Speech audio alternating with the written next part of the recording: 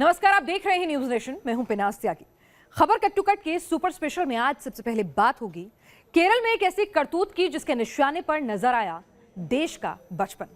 मजहबी और political agenda को अंजाम देने के लिए आतंकी गतिविधियों के आरोपी कहे जाने वाले पॉपुलर फ्रंट ऑफ इंडिया और उसके पॉलिटिकल विंग एसडीपीआई ने मासूम बच्चों को भी अपने टारगेट से बख्शा नहीं। छोटे छोटे बच्चों को अपनी नफरत का कुरियर बना दिया। बच्चों को किस तरह पीएफआई ने अपना हथियार बनाया और किस तरह इस पूरी साजिश के खिलाफ अब आवाज उठी है, जानने के लिए देखिए खबर कट टू कट की ये सुपर स्पेशल रिपोर्ट।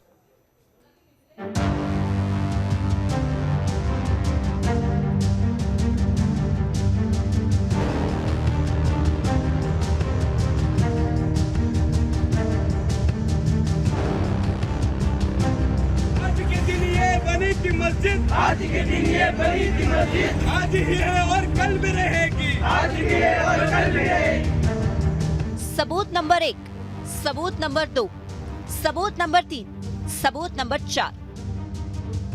ये है वो 4 सबूत जो बताते हैं किस तरह पॉपुलर फ्रंट ऑफ इंडिया ने देश की आने वाली पीढ़ी को अपने मजहबी एजेंडा के लिए इस्तेमाल किया। पॉपुलर फ्रंट ऑफ इंडिया या फिर यूं कहें कि उसके सहयोगियों की इस हरकत पर क्या हंगामा मचा, ये भी आपको बताएंगे। लेकिन पहले इन तस्वीरों से जुड़ी पूरी खबर समझ लीजिए।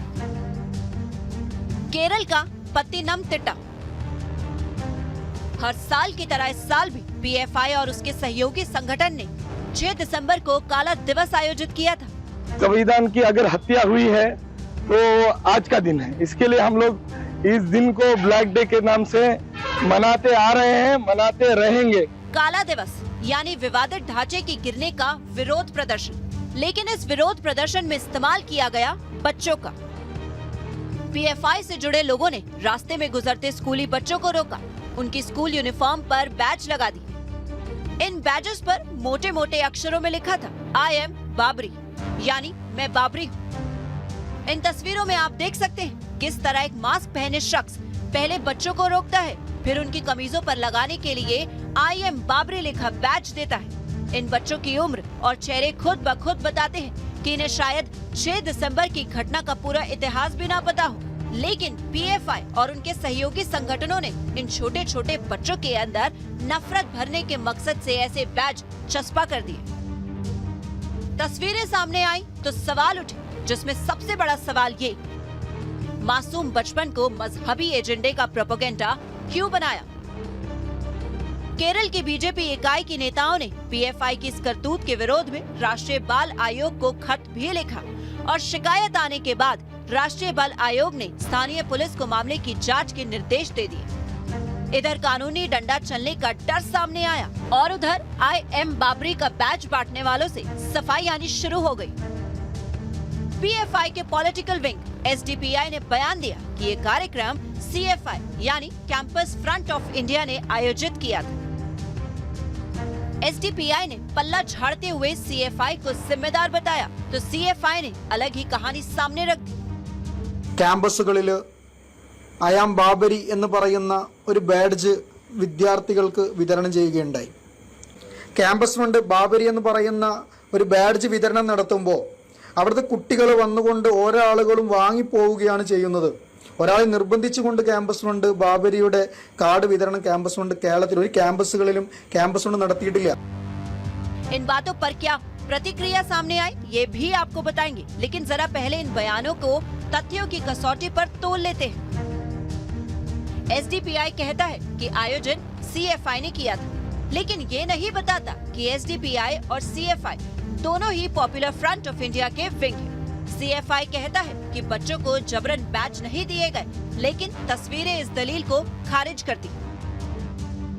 अगर आप इन तस्वीरों को गौर से देखेंगे तो आपको पता चलेगा कि बच्चे चलकर किसी मंच या जगह नहीं गए थे, बल्कि सड़क पर उन्हें रोका गया था और मास्क पहने आदमी उन्हें बैच दे रहा था। तस्वीरों में एक बच्चे के माथे पर तिलक भी नजर आता है, यानी बच्चा मुस्लिम परिवार से नहीं है। तो फिर ये बच्चा आई एम बाबरी जैसा बैच लेकर क्यों पहनेगा? जवाब एक ही है, मासूम बच्चों को बरगला कर वो बैच पहनाया गया जिस पर लिखा था I am Babri.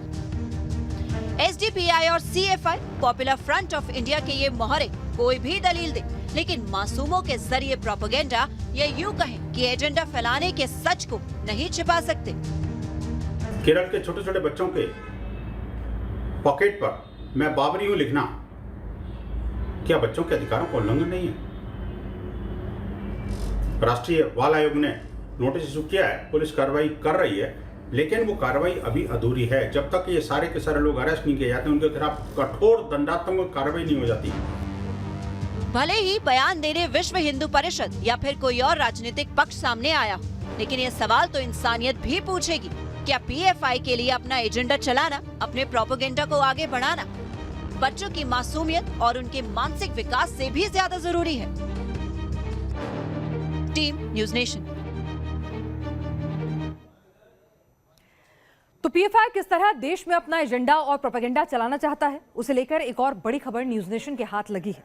News nation को इंटेलिजेंस सूत्रों के मुताबिक जानकारी मिली है, वो भी आपको बता दें कि पीएफआई की टॉप लीडरशिप ने अब बड़े स्तर पर अपना एजेंडा प्रसार करना शुरू कर दिया है, जिसके लिए देश भर में अलग अलग नाम से छोटी छोटी सोशल वेलफेयर सोसाइटी बनाने का प्लान है।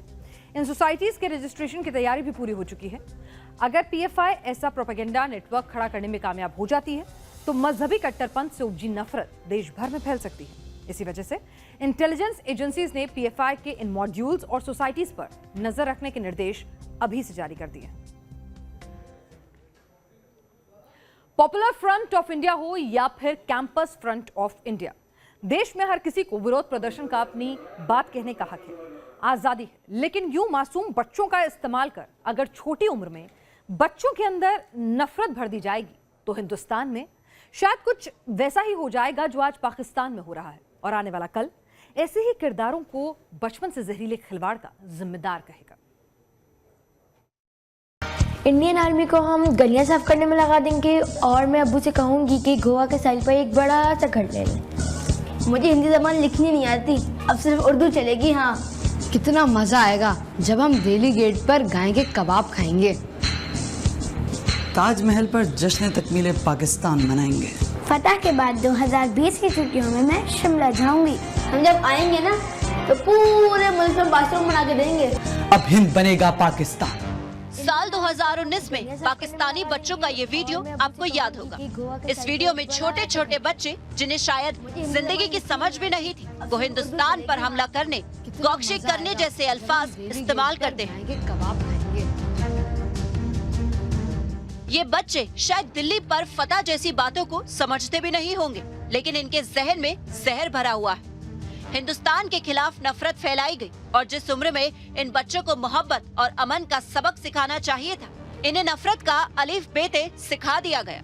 कट्टरपंथी ख्यालों के इन बच्चों से मानो बचपन ही छीन लिया। इस सोच ने पाकिस्तान को क्या दिया, इसका सबसे बड़ा सबूत सामने आया था सियालकोट से। पाकिस्तान के सियालकोट में ईश निंदा के आरोप में एक श्रीलंकाई नागरिक को उन्मादी भीड़ ने घेर लिया था और सरेआम इस श्रीलंकाई नागरिक को जिंदा जला दिया गया था। इस वीडियो को अगर आप गौर से सुनेंगे तो आपको बच्चों की आवाज सुनाई देगी।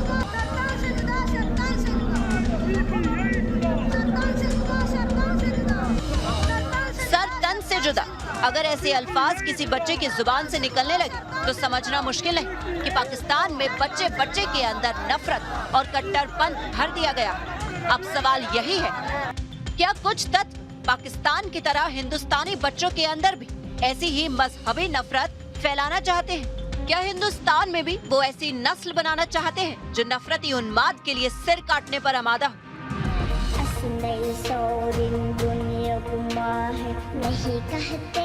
इन सवालों का जवाब आज सिर्फ कुछ लोगों, कुछ तत्वों को ही नहीं, पूरे हिंदुस्तान को ढूंढना होगा। हम अपने बच्चों को क्या देना चाहते हैं, नफरत और कट्टरपंथ का जहर या फिर अमन और भाईचारे का कर? Team news nation.